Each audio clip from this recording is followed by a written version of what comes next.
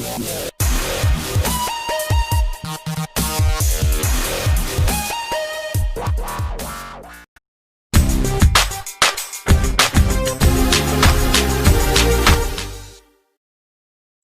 कीजिए IAS study YouTube channel को और बेल आइकन को दबाइए हमारे लेटेस्ट वीडियोस सबसे पहले देखने के लिए।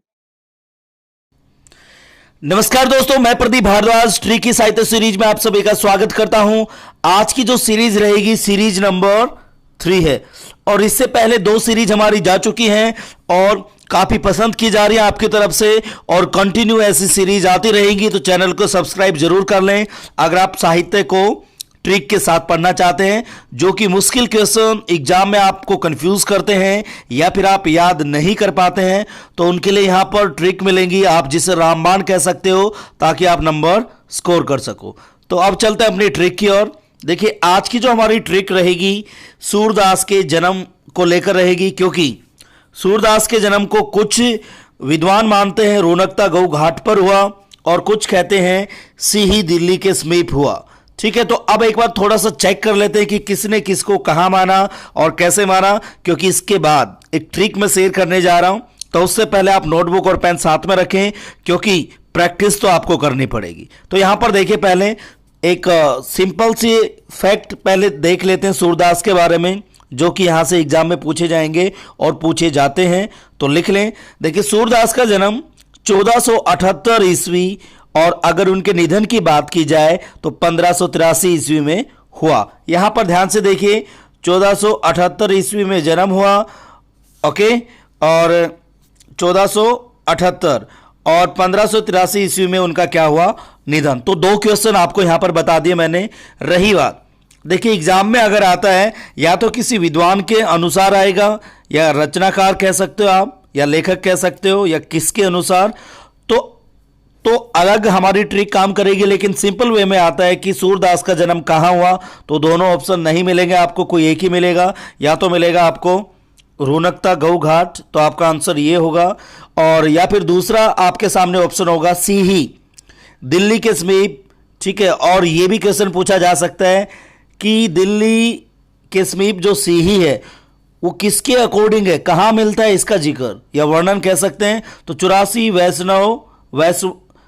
वैष्णवन की वार्ता में मिलता है। ठीक है, एक वार्ता ग्रंथ है, तो इसके अकॉर्डिंग आप सीही लगाएंगे और नॉर्मली पूछा जाएगा तो रौनकता गौ घाट और सीही दोनों को याद रखना है। और यहां पर एक और चीज आप देख लें, सूरदास के जीवन वृत्त के लिए, जीवन वृत्त मतलब जहां पर इनके जीवन के बारे में जिक्र मिलता है, वर्णन मिलता है, तो वहां पर हम लेते हैं सबसे पहले, या फिर आगे पीछे कर सकते हैं, लेकिन ये प्रमुख ग्रंथ है, जैसे वार्ता ग्रंथ भक्तमाल नाभादास का है। यह भी डायरेक्ट पूछा जाता है कि भक्तमाल की रचना कौन सी है, सॉरी नाभादास की कौन सी रचना है, भक्तमाल।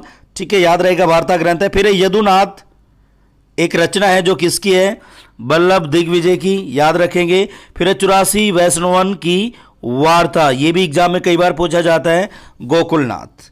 ये जो ग्रंथ है, इनके आधार पर सूरदास के जन्म और निधन के बारे में बात की जाती है, तो ये भी आप याद रखेंगे और अलग से भी क्वेश्चन पूछे जा सकते हैं। फिर कृष्ण काव्य धारा के प्रतिनिधि कवि कौन है, सूरदास, ये तो सभी को पता ही होगा। अब चलते हैं अपनी ट्रिक की ओर। ठीक है, आई होप समझ में आ रहा होगा। अब देखिए पहली ट्रिक, सूरदास जन्म की ट्रिक के बारे में अब हम बात करेंगे। देखिए ट्रिक 1, राम श्याम, ध्यान से देखिए, राम श्याम और हजारी सूरदास को ढूंढने के लिए रौनकता के गौ घाट पर गए थे। कहां गए थे, फिर से देखिए, यहां पर के लिए लगाना भूल गया मैं, यहां पर लिए, तो प्लीज आप उसे लगा लेना। राम श्याम और हजारी सूरदास को ढूंढने के लिए रौनकता के गौ घाट पर गए थे। अब देखिए, जन्म स्थान मैंने आपको बता दिया, रौनकता 1478 ईस्वी और निधन 1583 ईस्वी। और दूसरा आप यहां पर देख लेंगे, और निधन की अगर बात की जाए, देखिए यहां पर एक और चीज आपके सामने है, पारसोली चंद्र सरोवर के समीप मथुरा, तो ये भी आप प्लीज इसे ध्यान रखेंगे, ये भी इंपॉर्टेंट है। ठीक है, अलग अलग जगह आपको अलग अलग मिलेगा, लेकिन आपको बिल्कुल ध्यान में रखना है।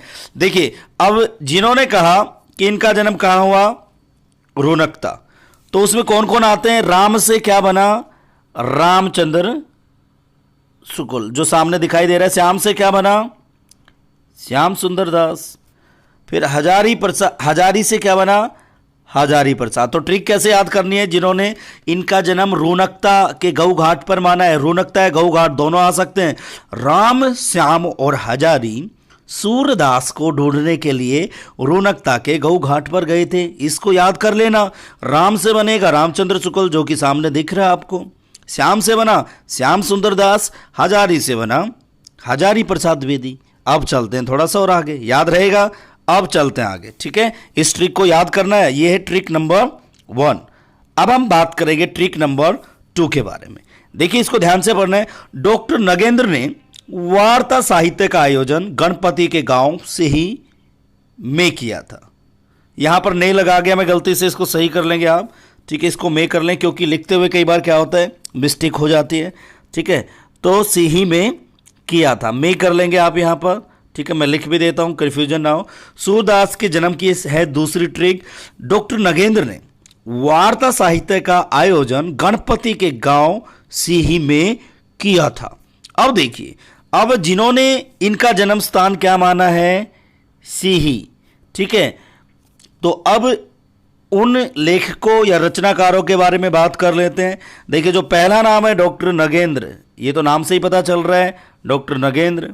फिर जी वार्ता साहित्य की अगर बात करें तो वार्ता साहित्य में भी इनका जन्म कहाँ माना गया है?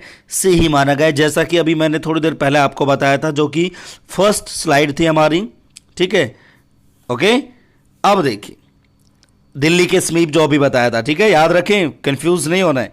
डॉक्टर नगेंद्र ने वार्ता साहित्य का आयोजन कहाँ किया था जी? गणपति नाम के एक व्यक्ति थे, उनके गांव सीही में किया था। तो सीही में जन्म हुआ था सूरदास का, तो गणपति से क्या बना?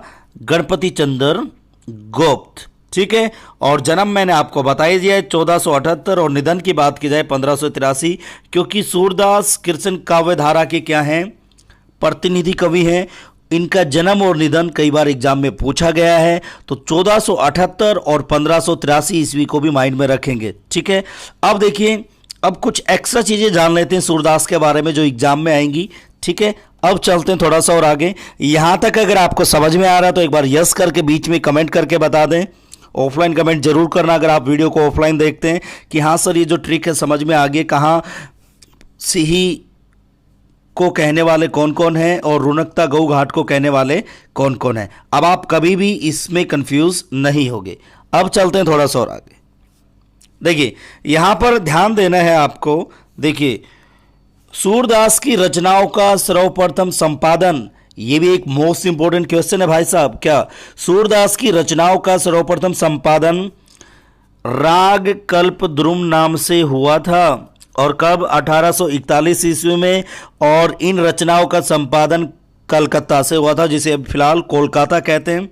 फिर से रिपीट कर रहा हूं, सूरदास की रचनाओं का सर्वप्रथम संपादन राग कल्प द्रुम नाम से हुआ था, और कहां हुआ था? कलकत्ता में हुआ था। कब हुआ था? 1841 ईस्वी में हुआ था। और यहां पर एक और चीज हम देख लेंगे, जो इनके गुरु थे वल्लभाचार्य। यहां पर आधा लय फिर से लगाना भूल गए। ये कई बार क्या होता है, जैसे जब ये स्लाइड बनाई जाती हैं तो कई बार क्या होता है, या तो रात का टाइम होता है या फिर बिजी शेड्यूल होता है, तो आगे से मैं इसका बिल्कुल ध्यान रखूंगा, लेकिन गलत मैं आपको बताना नहीं चाहूंगा। तो वल्लभाचार्य कौन थे? इनके गुरु थे, और ये 10 दिन ही छोटे थे ये वल्लभाचार्य से। ये इंपॉर्टेंट क्वेश्चन है, ठीक है। अब देखिए भाई, सूरदास के 25 ग्रंथ माने जाते हैं। कितने ग्रंथ माने जाते हैं? 25, जैसा कि सामने आप देख पा रहे हैं। लेकिन उनके उपलब्ध ग्रंथ कितने हैं? मिलते कितने हैं उनके? 3 ही ग्रंथ मिलते हैं। कौन सा? सूरसागर, सूर सारावली और फिर साहित्य लहरी, ठीक है। इन तीनों को याद रखेंगे। 25 ग्रंथ लिखे हैं माना जाता है, लेकिन उपलब्ध कितने हैं? 3। ये भी डायरेक्ट क्वेश्चन पूछा जाएगा। अब चलते हैं थोड़ा सा और आगे, कुछ नया सीखते हैं इनके बारे में। देखिए, सूरदास की रचनाओं का सर्वप्रथम संपादन कहाँ हुआ, यह आपको बता दिया। फिर से रिपीट कर रहे हैं, रिवाइज हो जाएगा। 1841 ईस्वी राग कल्प द्रुम नाम से कलकत्ता से हुआ। अब यहां पर एक चीज देखेंगे, सूरसागर जो है, ठीक है, सूर सरावली है, वो सरावली लिखा गया यहां पर। आगे से मैं बिल्कुल ध्यान रखूंगा, लिटिल बिट मिस्टेक होगी, लेकिन हिंदी में मिस्टेक काफी बड़ी होती है, मैं बिल्कुल समझता हूं। देखिए सूर सागर में क्या है, 3 भ्रमर गीतों की योजना है। तो एग्जाम में क्वेश्चन आएगा सूरदास की किस रचना में 3 भ्रमर गीतों की योजना है, तो आंसर क्या होगा, सूर सागर। ठीक है, अब आगे देखिए, सूर सरावली की बात की जाए तो संसार को रूपक, ठीक है, किसका रूप, संसार को होली का रूपक मानकर, ये लिख लें, यहां पर रह गया था, ये भी कुछ गड़बड़ हो रही है, इसका मतलब मैं नींद में था बनाते हुए। तो संसार को होली का रूपक मानकर रचना की है सूर सरावली में। ठीक है, अब आगे देखते हैं, अगली रचना है जो तीसरी रचना, साहित्य लहरी, अलंकार और नायिका भेदों के उदाहरण करने वाले 118 दृष्टिकूट पद इसमें मिलते हैं। ये भी एग्जाम में पूछा जा सकता है। फिर से देखिए, सूरदास की किस रचना में 3 भ्रमर गीतों की योजना मिलती है, सूरसागर।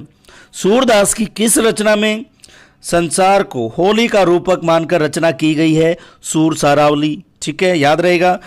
तीसरी रचना की बात करें, सूरदास की किस रचना में अलंकार और नायिका भेदों के उदाहरण करने वाले 118 दृष्टिकूट पद मिलते हैं, तो आंसर क्या होगा, साहित्य लहरी। ठीक है, याद रहेगा। दूसरा, एक और चीज यहां पर याद रख लें जो कि एग्जाम में बिल्कुल हर बार पूछा जाता है, क्या, भ्रमर गीत काव्य परंपरा का प्रवर्तन किसने किया, और यहां परिवर्तन भी गलत लिखा हुआ है भाई साहब, आगे से यहां पर कुछ गड़बड़ हो गई है, पता नहीं क्या हो गया है। ठीक है, लेकिन याद रखिए, भ्रमर गीत काव्य परंपरा का प्रवर्तन किसने किया, सूरदास ने किया। ठीक है, ओके, समझ में आ रहा है यहां तक। अब देखिए, आई होप जो वीडियो आपको अच्छी लगी होगी। ये तीसरी सीरीज है और ऐसी सीरीज लगातार आपको मिलती रहेंगी। थोड़ा सा साथ दीजिए, थोड़ा सा सपोर्ट कीजिए। ऐसी ट्रिकी सीरीज पर लेकर आता रहूँगा जो हार्ड क्वेश्चन कह सकते हैं, मुश्किल, जिन्हें देखते ही आप कंफ्यूज होते हैं कि ये होगा या वो होगा, तो उनको मैं ट्रिक के साथ यहाँ पर लेकर आऊँगा। और आप कमेंट बॉक्स में लिख भी दें कि सर ये चीज़ याद नहीं होती है, तो उसकी ट्रिक भी आप तक पहुँचाई जाएगी। Okay, thanks for watching it and have a cool day. मिलते हैं नेक्स्ट वीडियो में धुआंधार ट्रिक्स के साथ। अगली वीडियो देखते हैं किस पर आती है, और वैसी ही सीरीज आएगी जहां पर हम अटकते हैं। Okay, thank you and have a cool day.